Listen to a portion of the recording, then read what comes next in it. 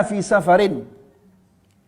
Suatu hari Rasulullah SAW dalam sebuah safar, perjalanan jauh. Safar, perjalanan jauh dinamakan safar karena ketika orang musafir itu akan nampak sifat-sifatnya yang asli. Ya, kalau wanita yang menampakkan keindahan tubuhnya dinamakan dia safirah. Jadi orang yang musafir, sifat aslinya itu akan nampak.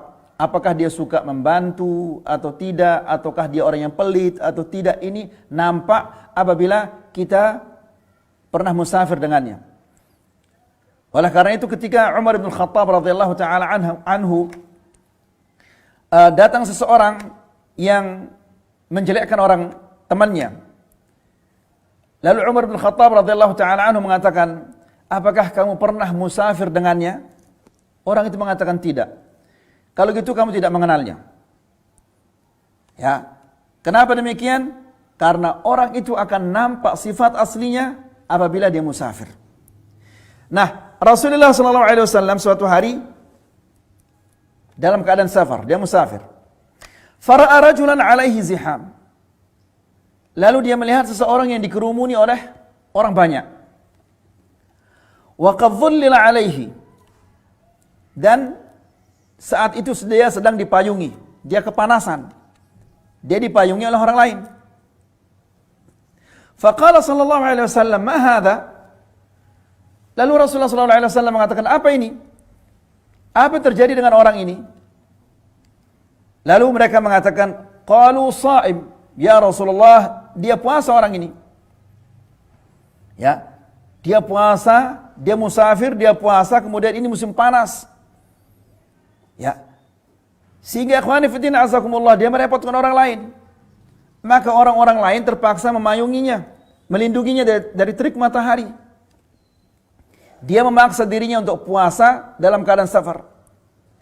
Padahal kita diberikan oleh Allah Subhanahu wa taala keringanan untuk tidak puasa ketika kita musafir. Namun orang ini dia paksa dirinya untuk puasa. Lalu Rasulullah SAW mengatakan, "Laisa minal birri siyamu fis safar." Tidak termasuk perbuatan bir, tidak termasuk perbuatan baik adalah engkau puasa ketika engkau musafir. Karena safar itu melelahkan. Ya. Maka jika dia puasa, ini akan melelahkan dirinya. Kalau dia musafir kemudian dia puasa, maka kemungkinan kecil dia akan bisa melakukan kebaikan-kebaikan. Dia tidak bisa bantu temannya, tidak mampu mengerjakan ini dan itu. Sebagaimana yang terjadi dengan orang ini. Dia puasa dalam keadaan musafir dan itu musim panas. Akhirnya dia merepotkan orang lain. Ya, dia tidak bisa membantu kawan-kawannya untuk membangun kemah atau merawat onta atau merawat kuda, justru dia yang dirawat. Jadi ikhwani fillah azakumullah, Rasulullah SAW mengingkari perbuatan orang ini karena kesulitan dan kerepotan yang dia rasakan. Ya, ini bentuk mubalaghah di dalam beribadah kepada Allah Subhanahu wa taala. Dan mubalaghah seperti ini di dalam agama itu tidak terpuji. Ya. Jadi Allah Subhanahu wa taala, agama ini adalah agama yang mudah. Dan Allah Subhanahu wa taala mencintai kemudahan itu. Kemudian contoh yang kedua, ini diriwayatkan oleh Imam Malik di dalam Muwatta. Anna Rasulullah sallallahu alaihi wasallam ra'a rajulan qa'iman fi syams. Suatu hari Rasulullah sallallahu alaihi wasallam melihat seseorang berdiri di tengah-tengah teriknya matahari. Faqala ma balu hadha? Rasulullah SAW mengatakan, ada apa dengan orang ini? Kenapa dia berdiri di tengah panasnya matahari seperti ini? Apa jawaban para sahabat? Mereka mengatakan, nadhara alla yatakallama wa la yastadhilla min asy-syams. Ya Rasulullah, orang ini telah bernadar untuk tidak berbicara dan untuk tidak bernaung dari teriknya matahari. Lihat ikhwani fiddin azakumullah, tujuannya melakukan demikian untuk mendekatkan diri kepada Allah Subhanahu wa taala. Demikian juga pelaku-pelaku bid'ah, semua bid'ah yang dilakukan oleh manusia itu tujuannya pasti untuk mendekatkan diri kepada Allah Subhanahu wa taala. Sampai dia berutang, ya, sampai dia melakukan hal-hal yang aneh, joget dan yang lain-lainnya. Semua itu tujuannya untuk mendekatkan diri kepada Allah Subhanahu wa taala. Nah, orang ini juga demikian. Dia bernazar untuk tidak berbicara dan untuk tidak bernaung dari teriknya matahari, wala yajlis. Yang ketiga, dia tidak duduk. Wa yasum, dan dia akan puasa. Itu nazarnya. Subhanallah. Lihat ikhwani fiddin azakumullah, bagaimana dia merepotkan dan memberatkan dirinya. Faqala Rasulullah sallallahu alaihi wasallam, Rasulullah sallallahu alaihi wasallam mengatakan, muruhu falyatakallam, suruh dia berbicara karena dia sudah bernazar untuk tidak berbicara. Muruhu falyatakallam, suruh dia berbicara. Wal yastadhil, suruh dia juga apa? Bernaung. Jangan menjemurkan diri seperti itu. Jangan berdiri di tempat yang panas. Bisa jadi dia sakit atau bisa dia mati nanti kekurangan oksigen. Ya, kemudian wal yajlis, dan hendaklah dia duduk. Wal yutimma siyamah, dan hendaklah dia melanjutkan puasanya. Jadi lihat ya ikhwani fiddin azakumullah, perbuatan-perbuatan yang sia-sia, tidak berbicara, tidak bernaung dari matahari, dari terik matahari, kemudian tidak duduk, ini semuanya perbuatan sia-sia. Dilarang oleh Rasulullah SAW. Adapun puasa yang merupakan ketaatan, maka disuruh dia lanjutkan oleh Rasulullah SAW. Ya, oleh karena itu para ulama mengatakan amarahu bit ta'ati wa huwa shaum wa asqata anhu al masyaqqah. Ya, di dalam hadis ini Rasulullah SAW memerintahkannya untuk melanjutkan ketaatannya, yaitu puasa. Ini ketaatan. Diperintahkan oleh Rasulullah SAW untuk melanjutkannya. Adapun yang memberatkannya seperti tidak berbicara, tidak bernaung, kemudian tidak duduk, ini semua dibatalkan oleh Rasulullah SAW. Padahal dia sudah bernazar.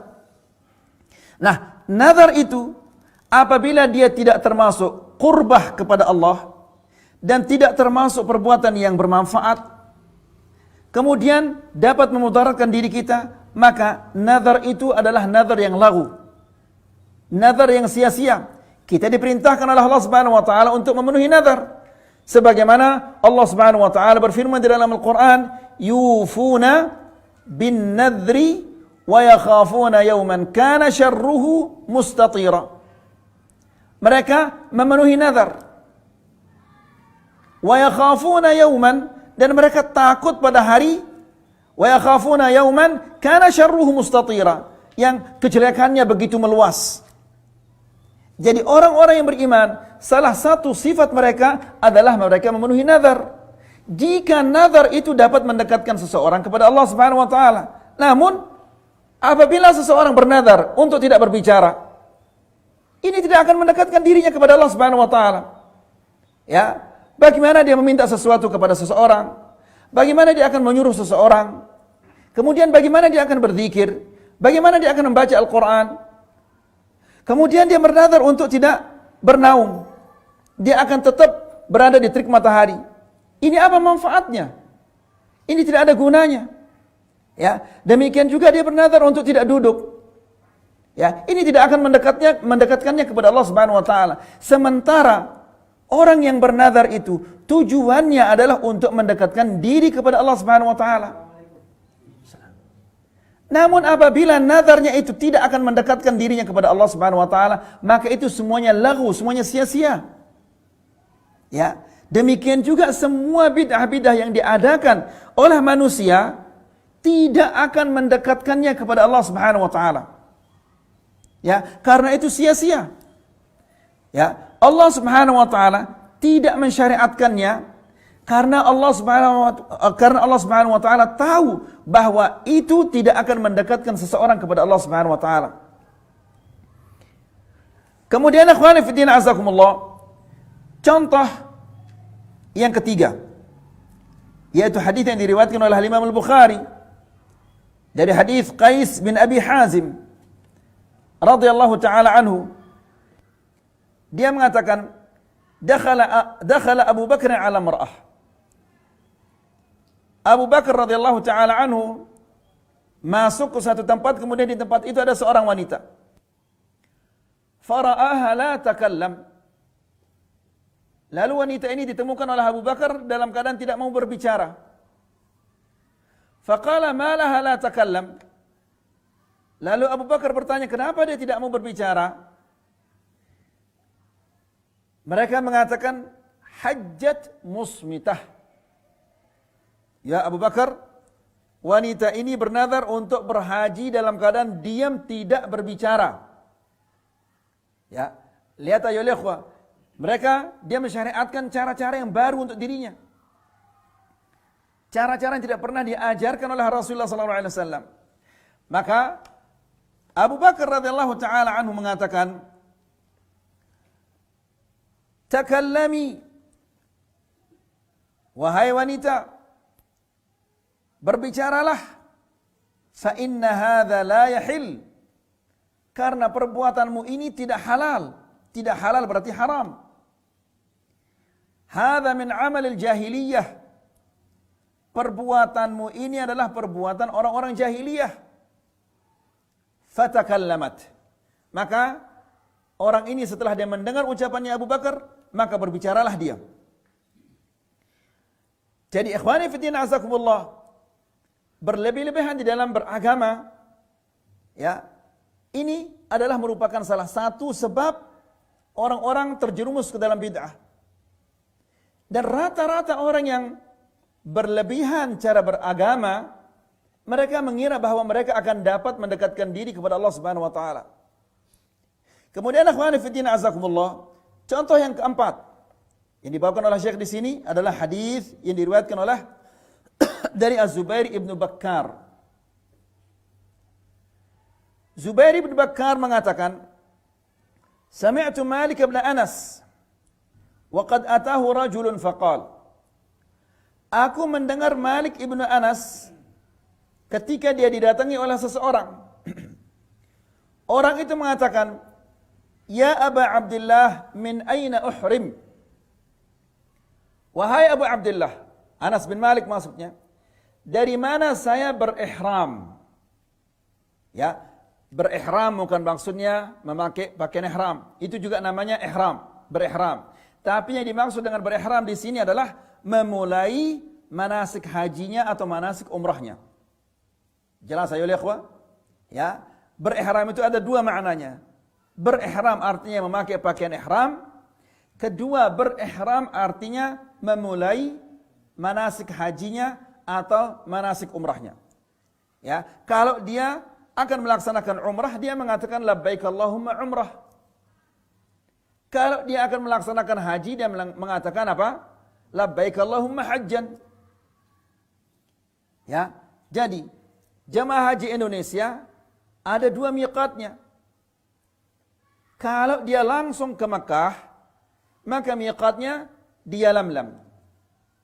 Dari atas pesawat dia berihram, mengatakan labbaik Allahumma hajjan ketika melewati desa Yalamlam. Desa Yalamlam desa kecil, jadi 10 menit sebelum berada di atas desa Yalamlam sudah mulai, karena dia pesawatnya ngebut cepat pesawatnya, kemudian desa Yalamlam ini kecil, jangan sampai dia jangan, karena seorang muhrim tidak boleh dia melewati miqat tanpa berihram.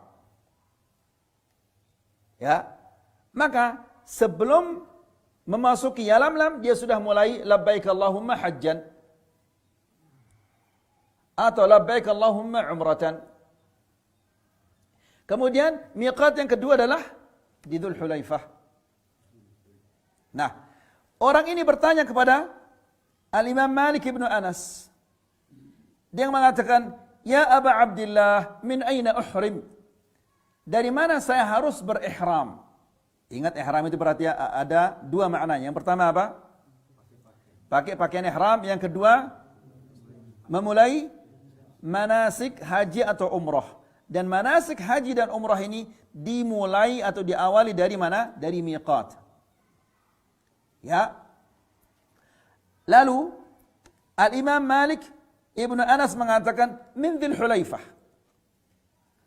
Kamu harus berihram dari Dzul Hulaifah. Dzul Hulaifah, jarak dari Dzul Hulaifah ke Madinah ini sekitar 7 kilo. Atau 7,5 kilo. Ya. Min haitsu ahrama Rasulullah sallallahu alaihi wasallam. Berihramlah dari Dzul Hulaifah, dari mana Rasulullah sallallahu alaihi wasallam berihram. Banyak jamaah haji Indonesia atau jamaah umrah Indonesia, dia berihram dari mana? Dari Jeddah. Berarti miqatnya dilewati. Ya, Yalamlam dilewati. Padahal melewati miqat tanpa ihram itu tidak boleh, dia harus membayar apa? Harus membayar dam. Ya. Jemaah haji Indonesia berihramnya dari Jeddah, padahal Jeddah itu bukan tempat orang berihram. Ya. Tempat-tempat berihram ini ditentukan oleh Rasulullah sallallahu alaihi wasallam berdasarkan wahyu. Dan Allah Subhanahu wa taala tidak menentukan Jeddah itu sebagai tempat berihram. Ya. Nah, Al-Imam Malik bin Anas mengatakan berihramlah dari Dzul Hulaifah, dari mana Rasulullah sallallahu alaihi wasallam berihram. Apa kata orang ini? Ya, dia mengatakan fa inni uridu an uhrima min al-masjid min 'indil qabr. Wahai Malik, saya ingin berihram dari Masjid Nabawi.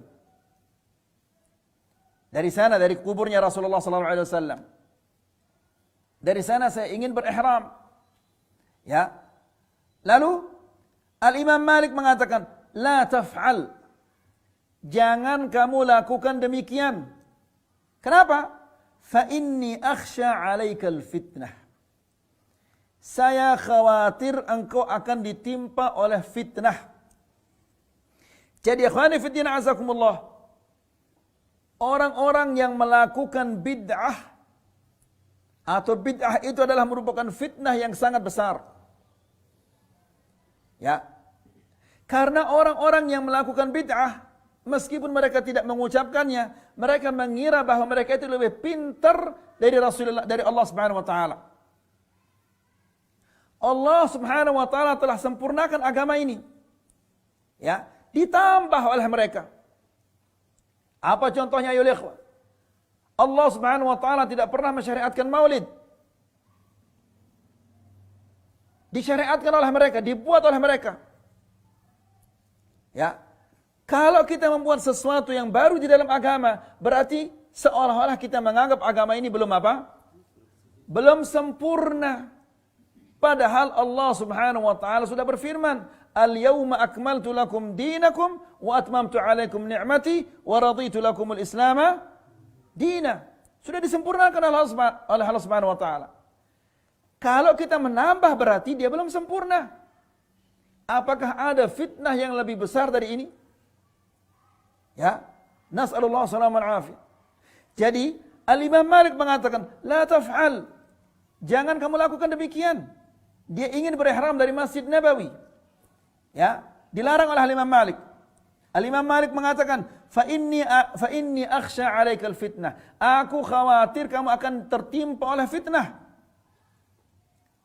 Orang itu bertanya dia, "Wa ayyu fitnatin fi hadha?" Apa fitnah yang akan terjadi? Innama hiya amyalun aziduha. Cuman beberapa kilo saya tambah, mana fitnahnya? Ya. Nabi berihram dari Dzul Hulaifah, saya berihram dari masjidnya. Hanya saya nambah beberapa kilo saja itu. Lalu apa jawaban Al-Imam Malik? Al-Imam Malik mengatakan, "Wa ayyu fitnatin a'zam min antara annaka sabaqta ila fadilatin qassara anha Rasulullah sallallahu alaihi wasallam." Apakah ada fitnah yang lebih besar daripada engkau mengira bahwa engkau telah mengetahui suatu kebaikan yang tidak diketahui oleh Rasulullah sallallahu alaihi wasallam? Ya. Jadi seandainya berihram dari Masjid Nabawi itu bagus, pasti akan dilakukan oleh Rasulullah sallallahu alaihi wasallam. Tapi Rasulullah sallallahu alaihi wasallam berihram dari mana? Dari Dzulhulaifah. Ya. Nabi berihram dari Dzulhulaifah itu berdasarkan wahyu. Nah, sekarang orang yang berihram dari Masjid Nabawi, apakah berdasarkan wahyu? Tidak. Tapi berdasarkan apa? Berdasarkan hawa nafsunya, berdasarkan akalnya. Semua orang-orang yang melakukan bid'ah tidak ada dasarnya dari Al-Quran dan tidak ada dasar dari hadis Nabi sallallahu alaihi wasallam. Yang ada hanyalah apa? Ra'yu. Sekarang coba antum tanyakan orang yang melakukan maulid. Ada enggak perintah dari Allah di dalam Al-Quran bagi kita untuk merayakan maulid? Tidak ada. Ada enggak perintah dari Rasulullah SAW yang memerintahkan kita untuk melakukan maulid? Tidak ada. Loh, kenapa kalian lakukan? Lah, lagu ya sholah katanya. Dia bagus ini. Masya Allah. Apakah tidak diketahui oleh Rasulullah SAW bahwa ini bagus? Ya. Apakah antum lebih pintar dari Rasulullah SAW? Nah, Rasulullah SAW tidak melakukannya. Jadi, ikhwani fiddin azakumullah, Al-Imam Malik mengatakan, apakah ada fitnah yang lebih besar daripada engkau mengira bahwa engkau telah mengetahui suatu kebaikan yang tidak diketahui oleh Rasulullah SAW? Berarti engkau lebih pintar dari dia. Ya. Padahal engkau tidak mendapatkan wahyu, Nabi mendapatkan wahyu. Ya. Jadi orang yang melakukan bid'ah, meskipun dia tidak mengucapkan dia dengan lidahnya, dia seolah-olah lebih pintar dari Rasulullah SAW. Kemudian Al-Imam Malik membacakan kepadanya firman Allah Subhanahu wa taala yang ada di dalam surat An-Nur ayat yang ke-63. Allah Subhanahu wa taala berfirman, "Falyahdharil ladzina yukhalifuna an amrih." Hendaklah berhati-hati, hendaklah waspada orang-orang yang menyelisihi perintahnya. Perintah Rasulullah sallallahu alaihi wasallam, "An tusibahum fitnah." Mereka akan ditimpa oleh fitnah, au yusibahum adzabun alim, atau mereka akan ditimpa oleh siksaan yang pedih. Lihat ayolah ikhwah. Ya, Allah menegaskan bahwa siapa-siapa yang menyelisihi perintahnya, dia akan ditimpa oleh fitnah di dunia dan dia akan ditimpa oleh siksaan yang pedih di akhirat. Ya. Di sini dijelaskan an ahlal bid'ah yarawna anna ma dzakarahu Allah fi kitabih wa ma sannahu an-nabi sallallahu alaihi wasallam duna ma ihtadaw ilaihi bi'uqulihim. Jadi ikhwani fi din azakumullah, pelaku-pelaku bid'ah ini mereka mengira bahwa apa yang disyariatkan oleh Allah, apa yang disunnahkan oleh Nabi sallallahu alaihi wasallam, ya, itu kurang. Dan yang mereka lakukan itu lebih bagus. Dan untuk menyempurnakannya, subhanallah, untuk menyempurnakan syariat Allah Subhanahu wa taala. Maka ikhwan fillah azakumullah, wajar iblis lebih mencintai orang-orang yang melakukan bid'ah daripada orang yang melakukan apa? Dosa. Karena orang yang melakukan bid'ah yang dia rusak itu adalah agama. Sementara orang-orang yang melakukan dosa yang dia rusak adalah dirinya sendiri. Orang yang berjudi, dia merusak dirinya sendiri. Orang yang berzina, dia merusak dirinya sendiri. Tapi kalau orang yang melakukan bid'ah, yang dihancurkan adalah agama ini. Ya, nas'alullah salaman afid. Jadi lihat ikhwani fiddin azakumullah, bagaimana orang ini dia berlebihan di dalam agama. Dan dia mengira bahwa caranya berlebihan di dalam agama itu dapat mendekatkannya kepada Allah Subhanahu wa taala. Padahal dia telah melakukan suatu fitnah yang sangat besar. Kemudian ikhwani fiddin azakumullah, contoh yang kelima yang dibawakan oleh Syekh di sini,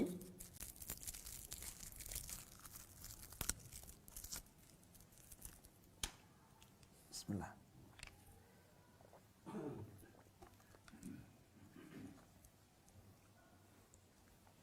yaitu hadis yang diriwayatkan oleh Imam Al-Bukhari.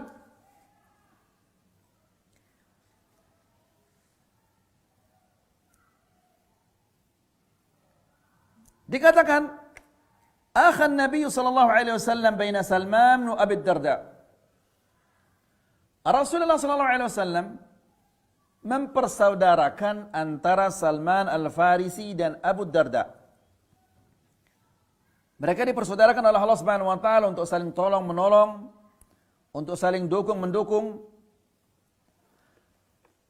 Maka fazara Salman Abu Darda. Suatu hari Salman mengunjungi Abu Darda.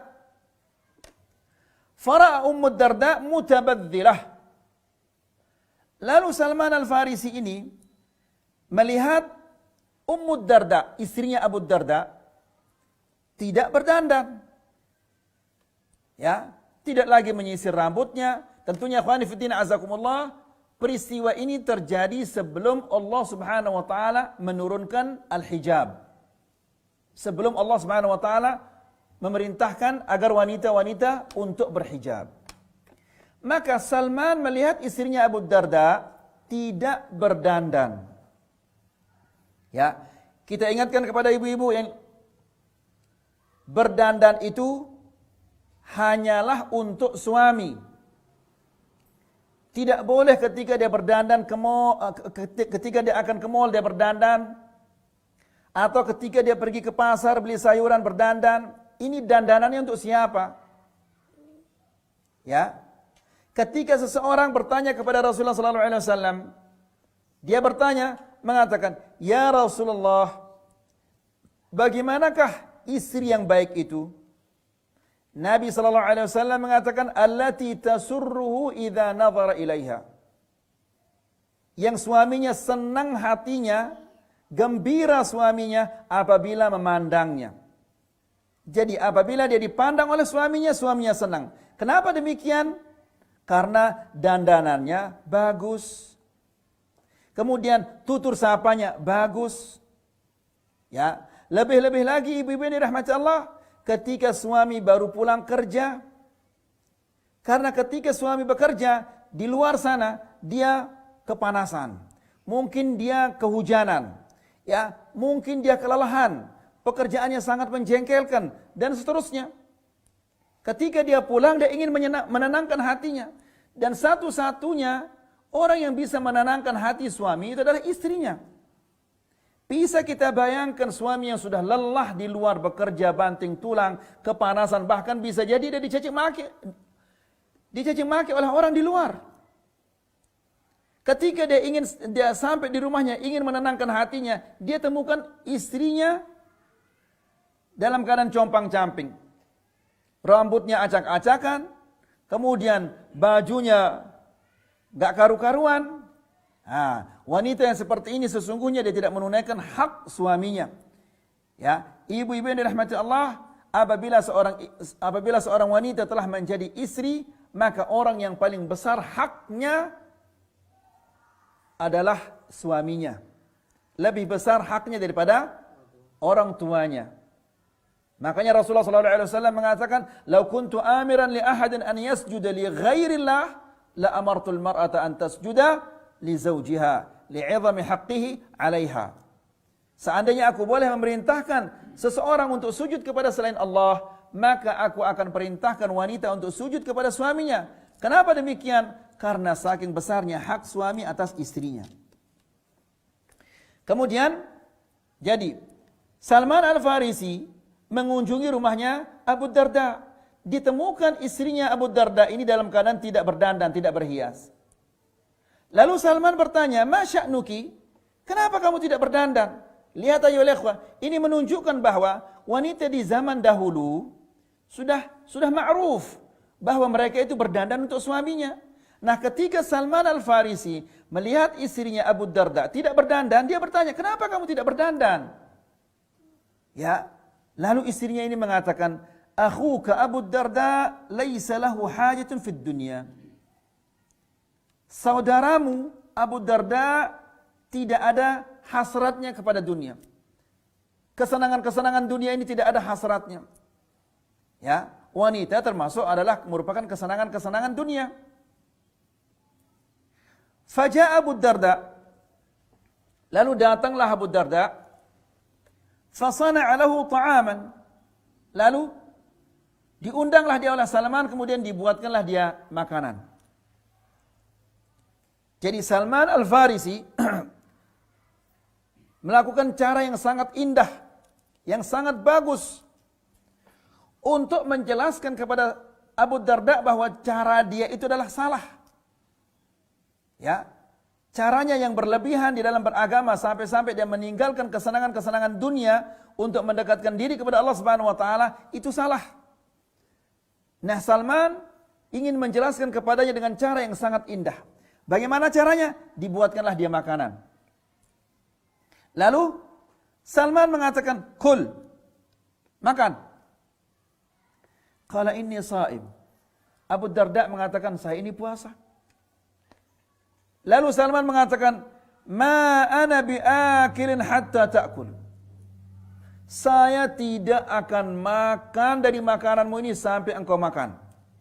Dan dahulu ikhwani fiddin azakumullah, di bangsa Arab itu, apabila ada tamu, kemudian dia tidak mau makan di rumahnya, ini adalah merupakan satu aib yang sangat besar.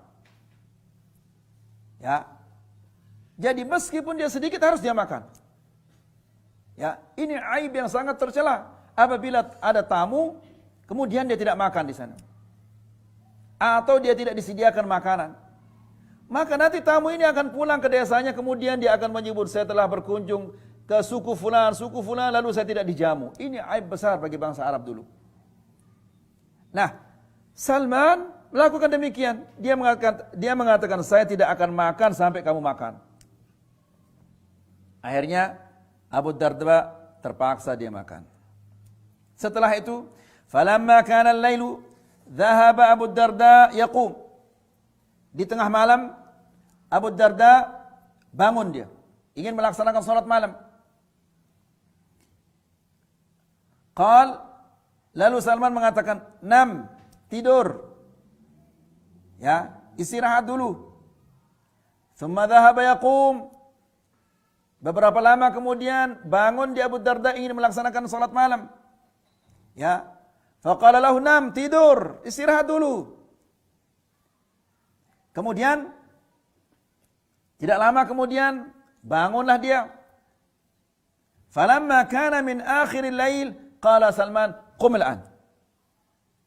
Ya, sudah sepertiga malam barulah Salman mengatakan, "Sekarang bangun, laksanakan salat malam." Jadi akhwani fi din azakumullah, hadis ini, cerita ini menunjukkan kepada kita bahwa seseorang itu tidak boleh dia memaksa dirinya untuk puasa, untuk melakukan qiyamul lail, ya, atau untuk salat yang memberatkan dirinya. Ikhwani fi din azakumullah, contohnya saja, kalau kita salat dan ayatnya terlalu panjang, ya, jangan-jangan makmum ini ngeremon dia. Ya, kalau sudah kepanjangan, mereka tidak akan khusyuk di dalam salatnya. Kecuali memang ada orang-orang yang sengaja atau senang salatnya diperpanjang, sebagaimana Rasulullah SAW pernah salat bersama Hudzaifah. Ya. Di rakaat yang pertama Rasulullah SAW membaca surat apa? Al-Baqarah. Hudzaifah mengatakan mungkin dia akan ruku di ayat yang ke-100, 100 lolos lagi. Oh mungkin di ayat yang ke-200, 200 lolos lagi. Oh mungkin di akhir surat Al-Baqarah, selesai Al-Baqarah lolos lagi, dilanjutkan dengan An-Nisa. Ya. Lihat ayo ikhwah. Ini seorang sahabat bertanya-tanya dia, kapan kita akan ruku? Kapan kita akan ruku? Selesai Al-Baqarah dilanjutkan dengan An-Nisa. Dia mengatakan, oh mungkin sekarang selesai An-Nisa dia akan ruku. Selesai An-Nisa dilanjutkan lagi dengan Al-Imran. Ya, mungkin kalau ada di zaman kita sekarang ini, jangankan 3 surah ini, setengah Al-Baqarah saja mungkin sudah kabur dia. Kapok dia apa? Salat tarawih di belakang kita nanti. Ini fitnah yang besar ayo ikhwah. Membuat orang lari dari salat berjamaah atau lari dari qiyamul lail gara-gara ayatnya yang terlalu panjang. Ya. Nah, kemudian setelah tersisa sepertiga dari malam hari, Salman mengatakan, "Qum al-an." Sekarang silakan salat. Fasallaya, kemudian kedua-duanya salat. Faqala lahu Salman. Lalu Salman mengatakan kepada Abu Darda, "Inna li rabbika 'alaika haqqa." Sesungguhnya Rabbmu, Tuhanmu mempunyai hak yang harus engkau tunaikan haknya. Apa itu? Beribadah kepadanya, taat kepadanya, lakukan perintah-perintahnya, jauhkan larangan-larangannya. Kemudian wali nafsika 'alaika haqq, dan badanmu, dirimu juga mempunyai hak yang harus engkau tunaikan. Apa haknya badanmu ini? Engkau istirahat, beri dia makanan yang bagus, ya, agar engkau kuat beribadah kepada Allah Subhanahu wa taala. Jangan engkau lelahkan dirimu. Jangan engkau memaksa dirimu untuk melakukan sesuatu yang dia tidak bisa lakukan. Ya, kemudian wali ahlika 'alaika haqqa, dan keluargamu juga dia punya hak. Ya, istrimu punya dia hak untuk engkau ajak dia bercanda ria, bermain-main. Anakmu juga punya hak, ya, untuk engkau bercanda ria dengan mereka, bersenang-senang bermain-main dengan mereka, mengajak mereka rekreasi. Mereka punya hak. Dan setiap orang yang punya hak itu harus kita tunaikan haknya. Ya, jadi ikhwani fi din azakumullah, banyak bapak-bapak ini yang sibuk kerja di luar. Sampai di rumahnya dia mengerap lagi di kantornya, menyelesaikan pekerjaannya. Istrinya tidak dihiraukan, anaknya juga tidak dihiraukan. Ikhwani fi din azakumullah, bertakwalah kepada Allah Subhanahu wa taala. Lihat apa kata Rasulullah sallallahu alaihi wasallam. Rasulullah sallallahu alaihi wasallam mengatakan, "Wa innallaha sa'ilu kullu mri'in 'amma stara'ah." Allah Subhanahu wa taala akan menanyakan setiap manusia tentang tanggung jawabnya. Wa hatta yas'al ar-rajul 'an ahli baitih, sehingga Allah Subhanahu wa taala menanyakan seseorang tentang keluarganya di rumah. Kita sebagai laki-laki, kita akan ditanya oleh Allah Subhanahu wa taala tentang istri dan tentang anak kita. Ya, kenapa kamu tidak jaga agama istrimu? Kenapa kamu saja yang mengaji, sementara istrimu tidak pernah mengaji? Ya, kamu belajar tahsin di sana sini, istrimu tidak engkau ajar. Engkau rajin ngaji, tapi engkau biarkan anakmu tidak mengaji. Semua itu akan ditanya oleh Allah Subhanahu wa taala. Maka ikhwani fi din azakumullah, hendaklah kita bertakwa kepada Allah Subhanahu wa taala dan sadar bahwa kita akan ditanya oleh Allah Subhanahu wa taala tentang istri kita. Ya, mana lebih banyak istri kita berzikir, beribadah, atau lebih banyak memegang HP-nya? Itu semua akan ditanya oleh Allah Subhanahu wa taala. Ya, ingat, kita akan berdiri di hadapan Allah Subhanahu wa taala. Kemudian ditanya oleh Allah Subhanahu wa taala tentang semua yang kita pernah lakukan di dunia ini. Ya, termasuk yang kita pernah lakukan di rumah tangga kita. Itu semua ditanya oleh Allah Subhanahu wa taala. Kemudian kata Salman, "Fa'ati kulladhi haqqin haqqahu." Berikanlah setiap orang yang memiliki hak-haknya. Allah berikan haknya, beribadah kepadanya. Badanmu, berikan dia haknya, istirahat, bersantai-santai. Keluargamu juga punya hak. Ya.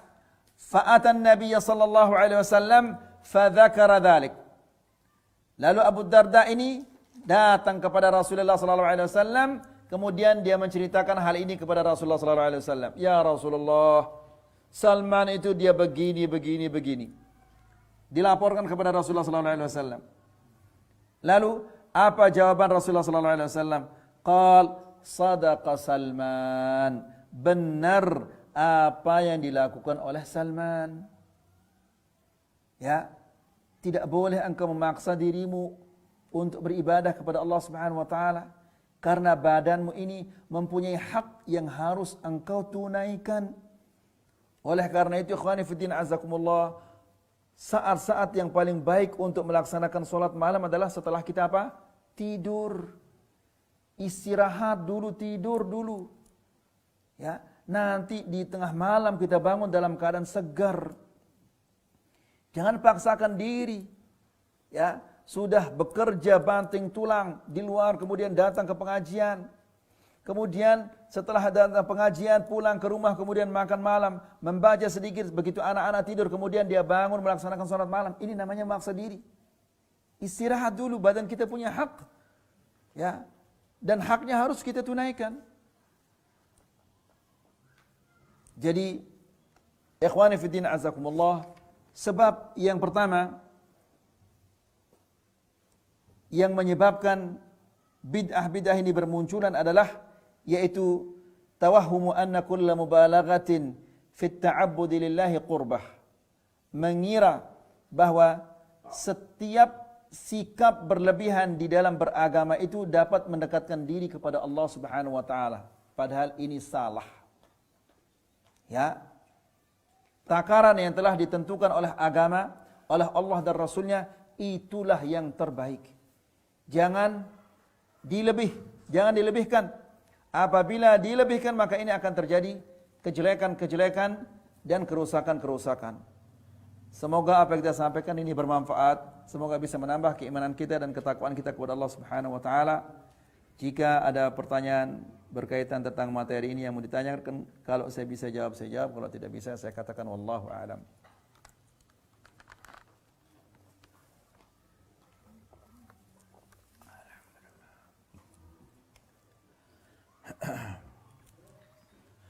Alhamdulillah.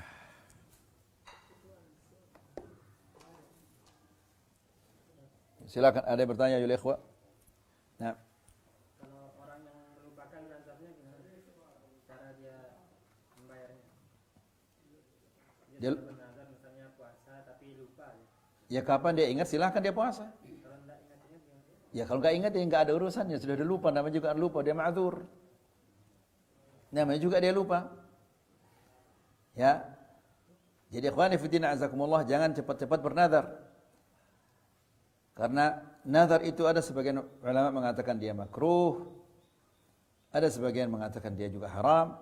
Tapi kalau sudah bernazar, dia harus memenuhi nazarnya. Ya, wajib dipenuhi nazar itu kalau sudah dia bernazar. Jangan bernazar. Kenapa? Karena nazar itu adalah mewajibkan terhadap diri sendiri apa yang tidak pernah diwajibkan oleh Allah Subhanahu wa taala. Apa contohnya misalnya? Kalau anak saya lulus nanti saya akan puasa 10 hari berturut-turut. Allah tidak pernah mewajibkan kepada antum untuk puasa 10 hari berturut-turut, tapi setelah antum mengucapkan nazar itu maka puasa 10 hari berturut-turut menjadi wajib. Ya, wallahu taala a'lam. Silakan, ada lagi yang lainnya?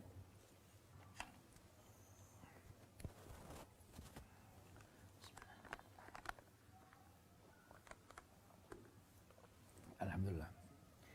Baik, kayaknya tidak ada.